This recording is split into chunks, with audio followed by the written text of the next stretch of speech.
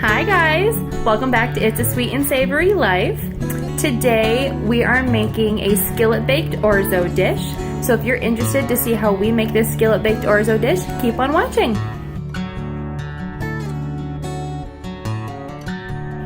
So this dish is something that Tim and I have only made a couple of times, and it comes out of the Complete Vegetarian Cookbook that you know we love.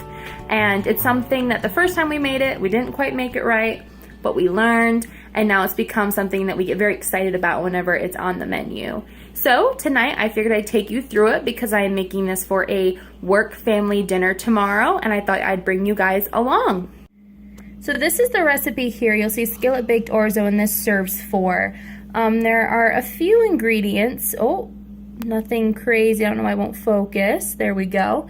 Few instructions, but that's kind of what it looks like when it's all said and done, and it's just so good. So I have already pre-measured all of the ingredients, but to start, I needed a tablespoon of olive oil. I needed 1 onion diced fine. I needed 4 cloves of garlic, 2 cups or 12 ounces of orzo, salt and pepper, half a cup of white wine. I actually need 3.5 cups of stock, but this is only a 2-cup measure, so I do have the rest of it here that I can use. I needed 8 ounces of cherry tomatoes chopped. I needed 2 medium-sized zucchini cut into bite-sized pieces. 3 ounces of spinach, which is quite a bit of spinach, so we actually did a little bit less just because not everyone likes spinach. I need the zest of 1 lemon, so I have my lemon and my zester, and 4 ounces of feta, which is exactly what this package is. We are making it in my trusty favorite Cuisinart porcelain ceramic Dutch oven that Tim got me for Christmas that I absolutely love. So let's get started. All right, folks, so I'm going to start with my 1 tablespoon of olive oil. Now I'm using a Cortina olive oil, which is originally an Italian olive, but this one was grown in Chile during the winter season. Plus I have a slow drizzle pour spot in it, so that helps.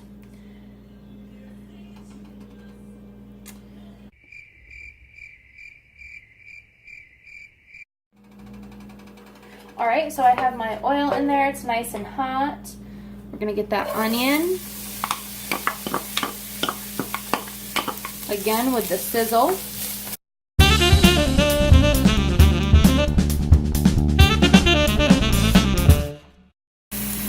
All right, guys, so you can see how they're starting to get nice and soft. They haven't quite turned color yet, and that's okay. We still have a few more minutes to go, but there's the little check-in. All right, guys, so you can see some of the onions. Well, it's kind of hard to see on camera, but they're starting to change color here.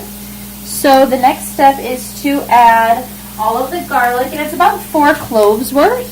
So I have that right here.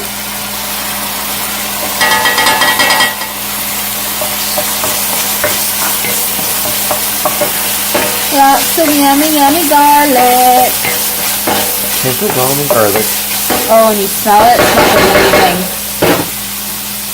And then you're supposed to cook the garlic until fragrant, which takes about 30 seconds, they say, but I tend to smell it pretty instantly. And I think Tim would say that he does too. However, I'm going to let it go for just a couple more seconds, just because I do want it to develop a little bit more of that roasted or charred garlic flavor versus a raw garlic flavor. Something else about recipes that I'm not sure you guys all know, but if you add garlic in the beginning of a recipe, you tend to have a more mellow flavor. If you add it later in a recipe when the food is closer to being done, you have a stronger garlic flavor. Alright, so I've let the garlic go. Now we stir in the orzo. This is about 2 cups worth.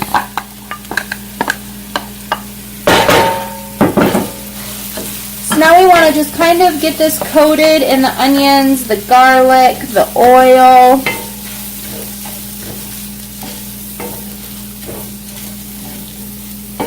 And we're also going to add in a teaspoon of salt.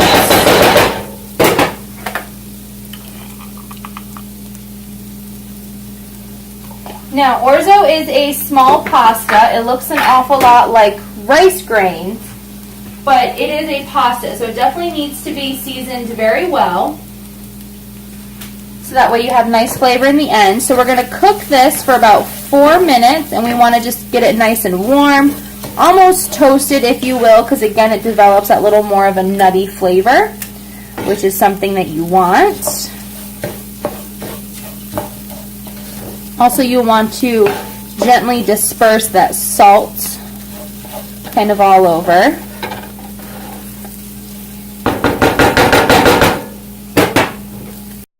Alright folks, I'm not sure if you can tell, but some of these guys have gotten a little bit darker in color. So we're going to move on to the next step. And the next step is adding in the broth and wine. Now, I start with the white wine first because it helps pick up those charred bits of onion and garlic flavor that are here on the bottom of the skillet. Woo! Steamy. Alright, and now I am going to stir in the broth. So we're starting with 2 cups. And I'm going to get another 1.5 cups. There's the rest of it. So we're going to gently stir this all in. So I started with the wine because that's going to be the initial moisture for that pasta, and it's really going to shock it and absorb it, and that's a really nice flavor to have, especially on a dish like this. So that's why I start with the wine and I kind of let it absorb, then I add in the stock. I just find you get a better flavor profile that way. Now we are going to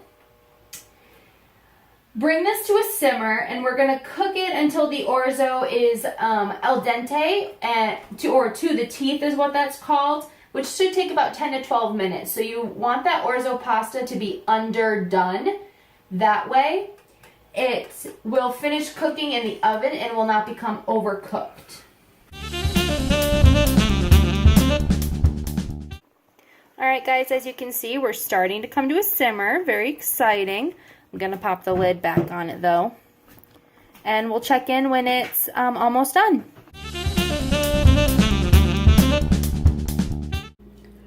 Alright folks, so we have tasted it and the pasta is basically al dente. So now we have to remove it off the heat, which we have done, and we're supposed to stir in zucchini, tomatoes, spinach, and lemon zest. So I'm going to start with the tomatoes. Zucchini. Now again, this serves 4, so don't be alarmed by the amount of food it is. It is meant to feed a crowd. It's perfect for a little dinner party if you're having friends over or something. This would be the perfect dinner for that. All of the spinach. Oh yeah. So I just gently let that sit there. I'm going to start with the lemon zest.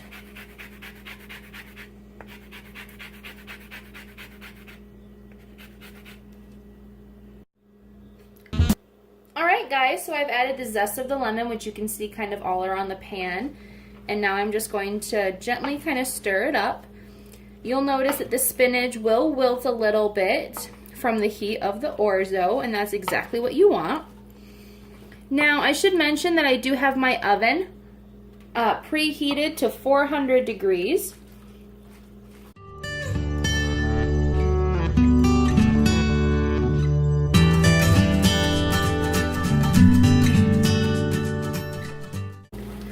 Another thing you do want is you want moisture in the bottom. You still want there to be some liquid because this is going to get baked. So you want to make sure that it's not going to become dry when it's being baked. So the next thing we're going to do is we're going to transfer the skillet to the oven and we're going to bake it for 10 minutes. So, like I said, I have my oven preheated.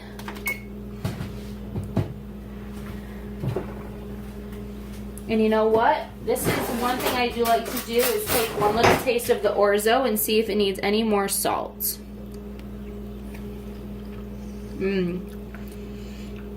What do you think, Tim?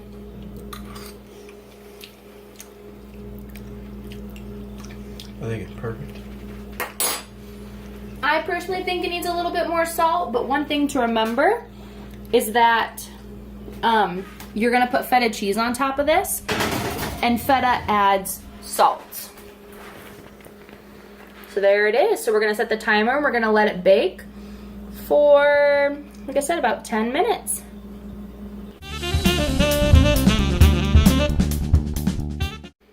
All right, guys, that's my timer going off. We're about ready to pull it out of the oven. Oh, I'm so excited.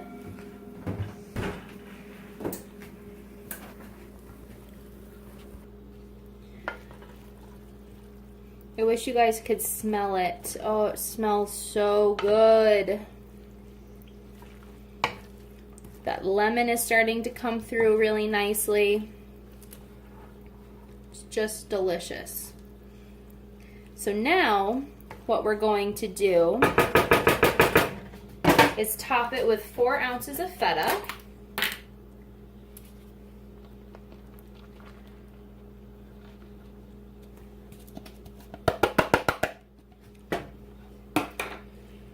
And I do gently mix in some of the feta just to, again, help incorporate a little more evenly throughout the dish. All right, now the next thing I'm gonna do is I'm gonna put some lemon in there. Now, this technically calls for some fresh mint to be chopped and sprinkled on top. But we're not going to do that, and what we're going to do is we're going to actually pop this back into the oven, and you have to let it bake for just 5 more minutes just for the cheese to gently kind of warm up and get mixed in there. So that's what we're going to do right now.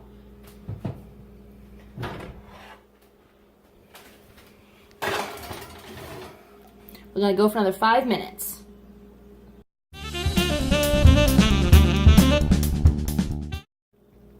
All right, folks. There's my timer. I just pulled this guy out of the oven and it is done. So normally you'd serve it with lemon, but because we're not eating this until tomorrow night for a family staff dinner, what I'm gonna do is I'm going to take this lemon that I have sliced and I'm just gonna kind of lay it out nicely on here once this has cooled down a little bit. That way it's not necessarily cooking the lemon, so it's not too strong of a flavor. And then when we get to my coworker's house tomorrow night, we'll pop it in the oven, reheat it, and then they can use the lemons if they want to or not to impart some flavor.